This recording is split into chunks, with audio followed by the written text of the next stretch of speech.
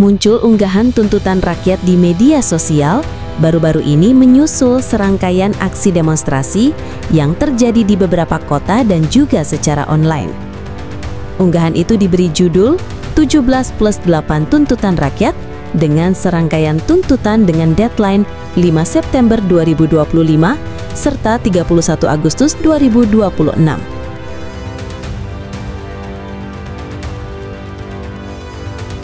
Pada Minggu 31/8/2025, Presiden Prabowo Subianto didampingi sejumlah ketua umum partai politik memberikan sejumlah keterangan termasuk terkait larangan anggota DPR untuk berkunjung ke luar negeri dan mencabut besaran tunjangan anggota DPR. Para pimpinan DPR menyampaikan akan dilakukan pencabutan beberapa kebijakan DPR RI termasuk besaran tunjangan anggota DPR dan juga moratorium kunjungan kerja ke luar negeri. Langkah tegas tadi yang dilakukan ketua umum partai politik adalah mereka masing-masing dicabut dari keanggotaannya di DPR RI.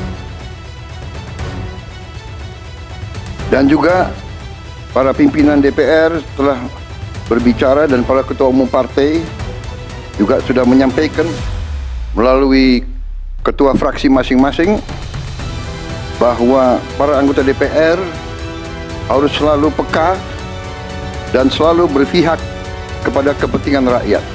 Selain itu juga meminta proses pemeriksaan kepada aparat yang melanggar dan menyebabkan korban jiwa dilakukan secara transparan. Pernyataan itu ramai ditanggapi oleh banyak pengguna media sosial. Beberapa pengguna menyuarakan tuntutan mereka usai pidato tersebut. Salah satunya menyinggung tak ada permintaan maaf dalam keterangan tersebut. Para aparat yang bertugas harus melindungi masyarakat, menjaga fasilitas-fasilitas umum yang dibangun dari uang rakyat. Aparat yang bertugas juga harus menegakkan hukum apabila ada pelanggaran-pelanggaran yang mengancam kehidupan masyarakat luas.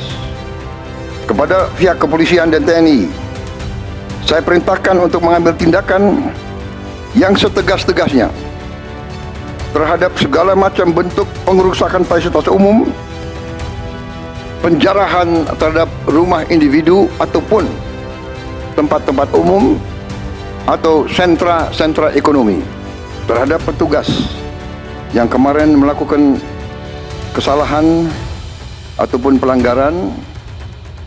Saat ini kepolisian negara Republik Indonesia telah melakukan proses pemeriksaan. Ini telah saya minta dilakukan dengan cepat, dengan transparan, dan dapat diikuti secara terbuka oleh publik.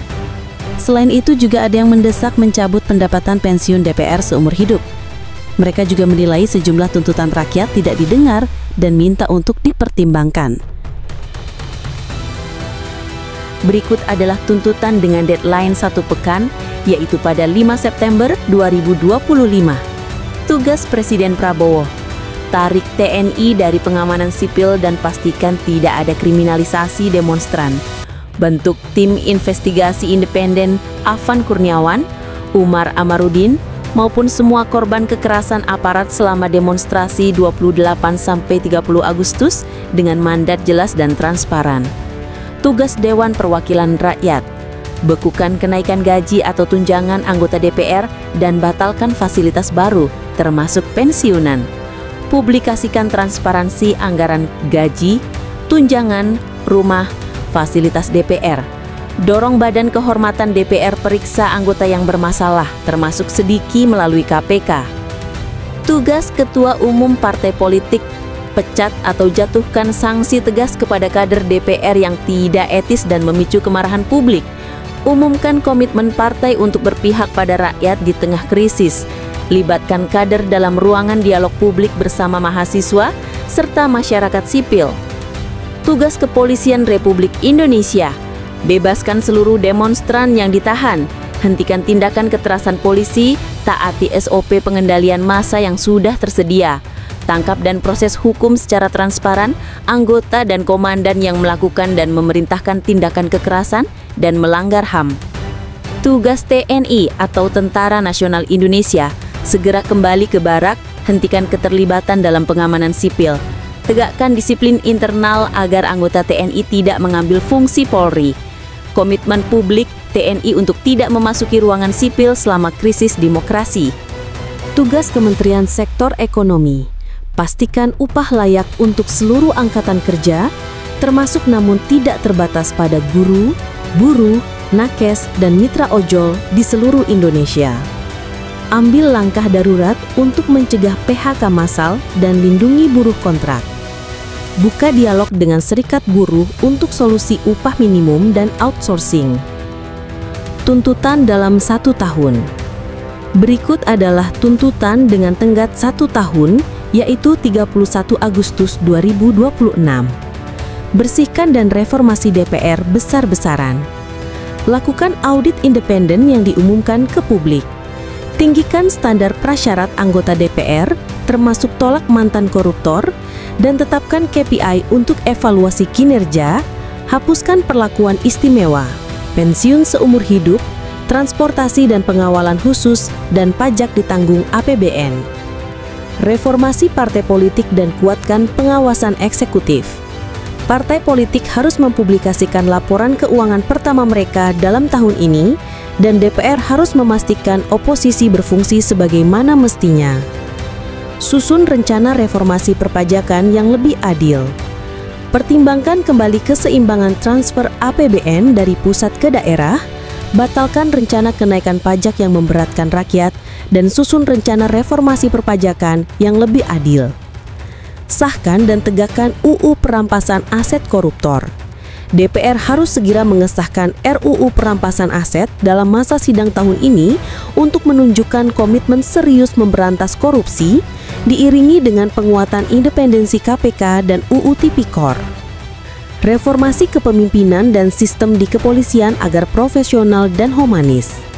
DPR harus merevisi UU Kepolisian, desentralisasi fungsi polisi, ketertiban umum, keamanan, dan lalu lintas dalam 12 bulan sebagai langkah awal.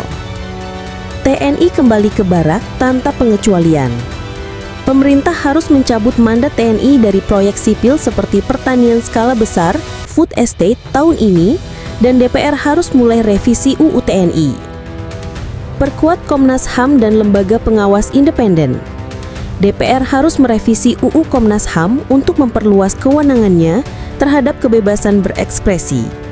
Presiden harus memperkuat Ombudsman serta Kompolnas. Tinjau ulang kebijakan sektor ekonomi dan ketenagakerjaan. Tinjau serius kebijakan PSN dan prioritas ekonomi dengan melindungi hak masyarakat adat dan lingkungan. Evaluasi UU Cipta Kerja yang memberatkan rakyat khususnya buruh. Evaluasi audit tata kelola Danantara dan BUMN.